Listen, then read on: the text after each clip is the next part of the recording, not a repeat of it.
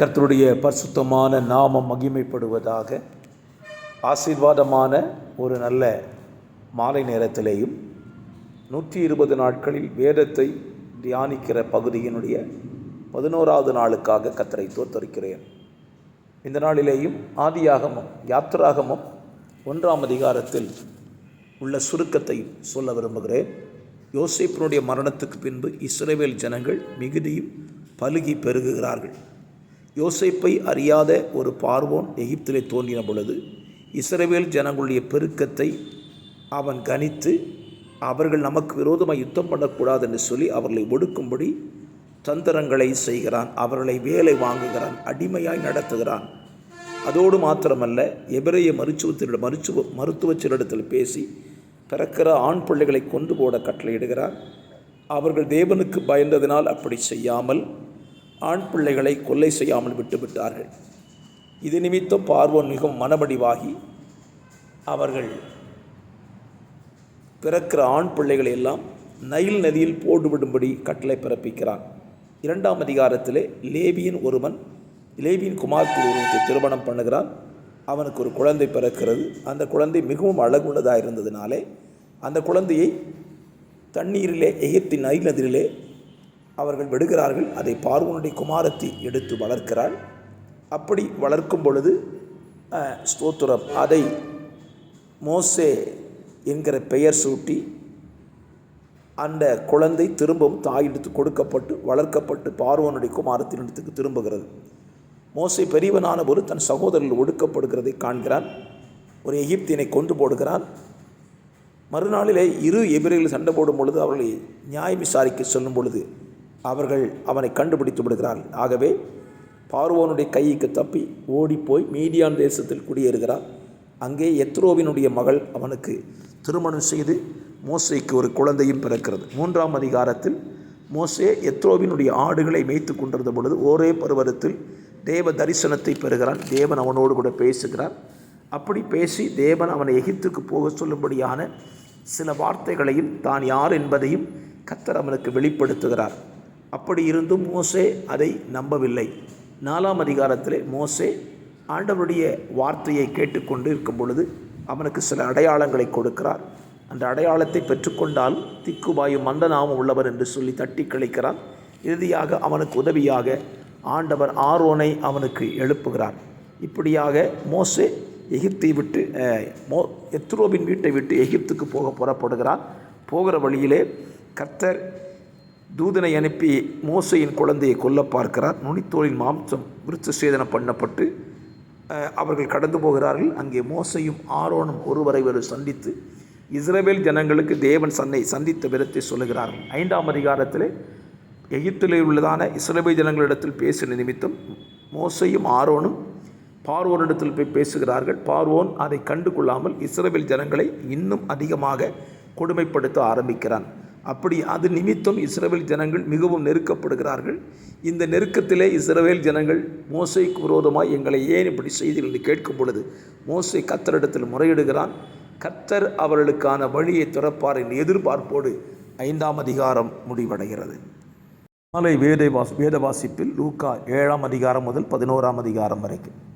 லூக்கா 7ஆம் அதிகாரத்தில் ஜெபாலய நூற்றுக்கதிபனுடைய வேலைக்காரனுடைய விசுவாசத்தினாலே அவன் குமாரன் பிழைக்கிறதையும், நாயினொரு விதவையின் மகன் மரித்து போனவர் உயிரோடு எழுந்திருக்கிறதை குறித்தும், ஆண்டவர் அநேக வியாதிகளை சொஸ்தமாக்கி அவர்களை குணமாக்குவதை குறித்தும் சொல்லப்பட்டிருக்கிறது.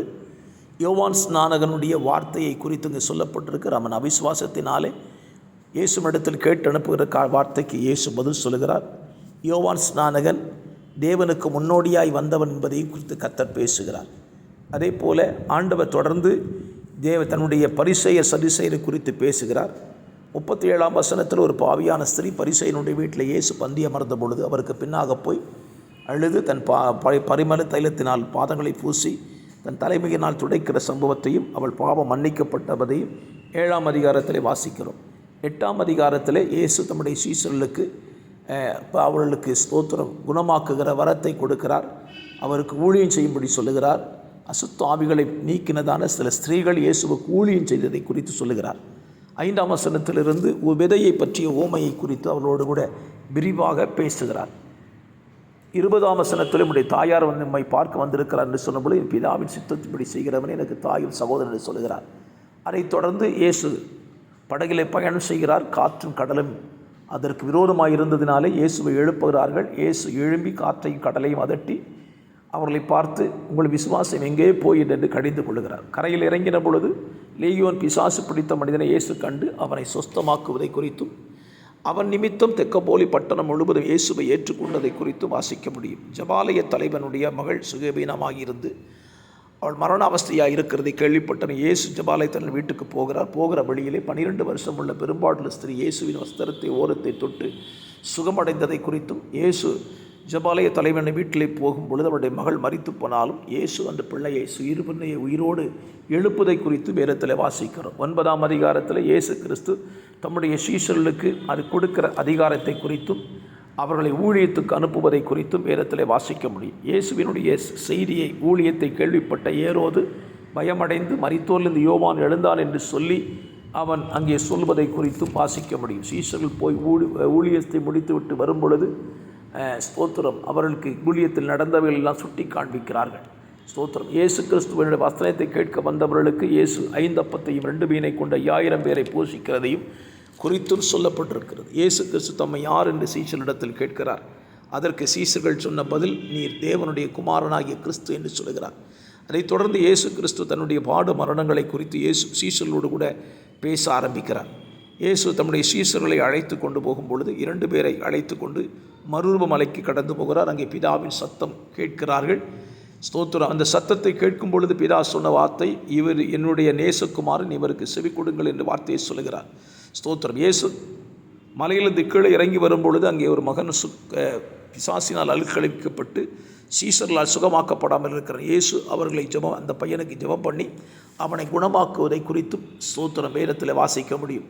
தங்களுக்குள்ளே யார் பெரியவன் என்கிற பிரச்சனை அவர்களுக்குள்ளே உண்டான பொழுது இயேசு அதை தீர்த்து வைக்கிறார்.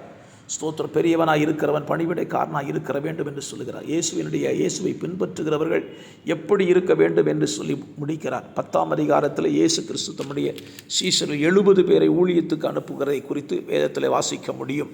அதே போல் இயேசு கிறிஸ்துவனுடைய ஊழியத்திலே நன்மையை பெற்றுக்கொண்ட சில பட்டணங்களை குறித்து அவர் வேதனையோடு சொன்ன வார்த்தைகளை வாசிக்கிறோம். ஸ்தோத்திரம். அதே போல் ஸ்தோத்திரம். இயேசு தம்முடைய சீஷர்களை குறித்து சொல்லும் பொழுது நியாயசாஸ்திரி இயேசுவினிடத்தில் ஒரு கேள்வி கேட்கிறார். நித்திய ஜீவனை சுதந்திரித்துக் கொள்வதற்கு என்ன செய்ய வேண்டும் என்று கேட்கிறார். அதற்கும் தேவன் பதில் சொல்லுகிறார். அப்பொழுது தற்செயலாய்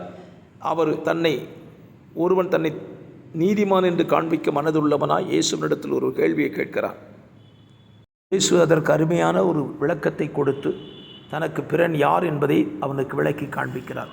அந்த அதிகாரத்தின் முடிவிலே இயேசு பெத்தானியாவிலே போகும் பொழுது மார்த்தாள் என்ற ஸ்திரீ அவரை ஏற்றுக்கொள்கிறாள். அது நிமித்தம் இயேசு அங்கே தங்கியிருந்த பொழுது மரியாள் தேவனுடைய பாதத்தில் அமர்ந்து வார்த்தையை கேட்பதையும் மார்த்தாள் பற்பல வார்த்தைகளை பேசுவதை குறித்து வாசிக்க முடியும். 11ஆம் அதிகாரத்தில் இயேசு தம்முடைய சீஷர்களுக்கு ஜெபிக்க கற்றுக் கொடுக்கிறார். அப்படி ஜெபிக்க கற்றுக் கொடுக்கும் பொழுது ஆண்டவரிடத்தில் நாம் கேட்டதை கொடுப்பேன் என்று வாக்கு பண்ணும்படியான ஒரு உவமையும் சொல்லிக் கொடுக்கிறார். ஸ்தோத்திரம். இதைத் தொடர்ந்து இயேசுவை குறித்து இவன் பெயர் சபை தலைவினாலே பிசாசு துரத்துகிறான் என்று சொன்ன பொழுது இயேசு அதற்கும் விளக்கத்தை கொடுக்கிறார். ஸ்தோத்திரம். அந்த பிசாசு ஒரு மனுஷனை விட்டு போனால் என்ன சம்பவிக்க வேண்டும் என்பதை குறித்தும் ஸ்தோத்திரம். ஜனக்கூட்டத்தில் இருந்ததான ஒரு ஸ்திரீ இயேசு கிறிஸ்துவை குறித்து சத்தமிட்டு பாக்கியம் உடையது என்று சொன்ன பொழுது வசனத்தை காத்து கொள்கிறவன் பாக்கியமான் என்று சொல்கிறார். அதைத் தொடர்ந்து ஸ்தோத்திரம். ஆண்டவர் சில வார்த்தைகளை ஜனங்களுக்கு சீஷர்களுக்கு எச்சரிப்பாய் சொல்லுகிறார். ஒருவனுடைய விளக்கு கொளுத்தி மரக்காலில் மூடிவிக்காமல் விளக்கு தண்டின் மேல் வைப்பார் என்பதை விளக்கத்தை சொல்லுகிறார். அதே போல பரிசெயல் சரிசெயலுடைய காரியத்தை குறித்து அவர்களை கடிந்து கொள்ளுகிறார். இப்படியாக 9ஆம் அதிகாரம் ஆண்டவருடைய வார்த்தையினாலே முடிவதை அடைவதுகிறதை குறித்து நீங்கள் வாசித்திருக்க வேண்டும். வாசித்திருப்பி நம்புகிறேன். இந்த தியானம் உங்களுக்கு பிரயோஜனமாக இருக்கட்டும் என்று சொல்லி உங்களை நான் வாழ்த்துகிறேன். ஒவ்வொரு நாளும் கொடுக்கப்படுகிற வேத பகுதியை வாசித்து தியானித்து கை கொள்ள பிரயாசப்படுங்கள். நிச்சயமாகவே கர்த்தர் உங்களை இந்த வேத தியானத்தினாலே ஆசீர்வதிப்பார் என்பதற்கு எந்த சந்தேகமும் இல்லை. பரிசுத்த பிதாவே, இந்த நாளின் தியானத்தை வாசிக்க உதவி செய்ததற்காக ஸ்தோத்திரம். இயேசுவின் நாமத்தில் பிதாவே, ஆமென்.